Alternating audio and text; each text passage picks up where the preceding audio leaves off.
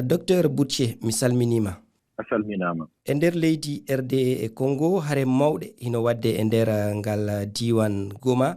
Holko saabi Rwanda hino wallitade M23 ngam waɗugol ɗe hare, ko nafoore honde Rwanda jogii e nde hare? Rwanda suunake jawdi Congo haa Goma. Nde Rwanda suunake jawdi Congo haa Goma, Rwanda ɗon wallita e mouvement M23 ko Rwanda yiɗi kam sulhu wona, wato narral négociation wona hakkunde RD Congo be M23 ngam wato M23 be RD Congo ɗo ɓe keɓa ɓe jogita Goma, wato reta Goma je M23 reta Goma man bo je RD Congo. Kadi RD Congo kam mari leydi Congo yiɗa accugo M23 e maral, heɓa maral haa nder Goma. Donc haa ton kam ɗum bangi ɗum ke Rwanda ɗo mari intérêt mum, e on anndi jawdi ndi woni haa Goma ɗum koltan, wala haa RD Congo jawdi ɓurata e nokkure Goma. E Rwanda kadi ɗon waali ɓaawo intérêt mum, e intérêt man wala hunde feere ɗum haala jawdi ndi woni haa nder lesdi RD Congo. Horejo leydi Rwanda Paul Kagame o laatnoke duuɓi faltiɗi murtuɗo mawɗo. Eɗen anndi ko murtere o rewri haa o heɓi laamu e nder ndi leydi makko Rwanda.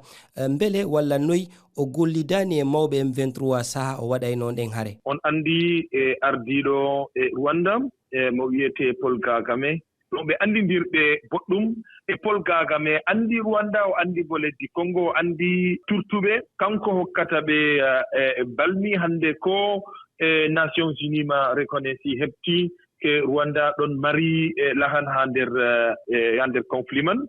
Kanko on wonete baaba M23 huɓɓugo yiite ɗum wona haa nder Goma, ngam to yimɓe ngurti njilli, ngam ɗo on kuugal terrorisme ɗum wiidugo, wato yimɓe ngurto haa babal man ngam ɓe keɓa kadi ɓe ko'a jawle, ɓe kaɗa exploitation du sous-sol banno ɓerde maɓɓe yiɗi. Namdal sakkitingal docteur Butche koko fati e diplomatie, en yii dental leyɗe Afrique, hooreɓe RDC ŋiñi darnde dental leyɗe Afrique UA.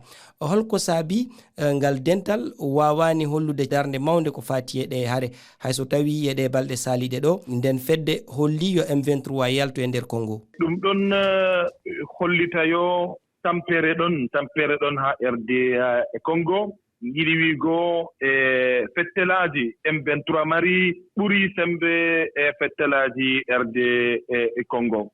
To mawɓe Afrika bo ɓe kabdi ngam haa ɓe keɓa dabare sulhu wona, amma sulhu kam waray, kanjum on mettini ɓernde bo haa jeyaɓe RD Congo. To hannde kam ko haa lesɗe feere haa nder Afrika bo yimɓe ɗon ɓe metta mberam ngam ɓe tawi yo kadi occidentaux e nasara en, wato yimɓe raneɓe haa Europe, kamɓe bo woodi ni kadi no ɗum laarani ɓe, kanjum population bo on nani e waɗi turtol to ambassade ji feere feere ngam doole sey ɓe ndaarana haala ka. Noy saabi docteur Butche leyɗe goɗɗe suusani walla wawani hollude metti muɗum faade e ko M23 woni wadde, ko diplomatie Rwanda mawni? Hannde kam on anndi haa ko ɓe mbiyata géopolitique ko laarini haala intérêt, to yimɓe bo e kulan nastugo tooñugo e Rwanda ngam ɓe ɗon anndi yo Rwanda ɗo mari sembe. Rwanda ɗo mari sembe nder kawtal be yimɓe Amerika. Rwanda ɗo mari sembe haa nder kawte be yimɓe Union Européenne, e kadi lesɗe ɗuɗɓe bo hulan nastugo nder kono man ngam ɓe ngiɗa wato turtuɓe rébellion nasta haa lesɗe maɓɓe bo. Docteur Butche mi yettima sanne, a jarama. A yettama, mi yettimon ko ɗuuɗam.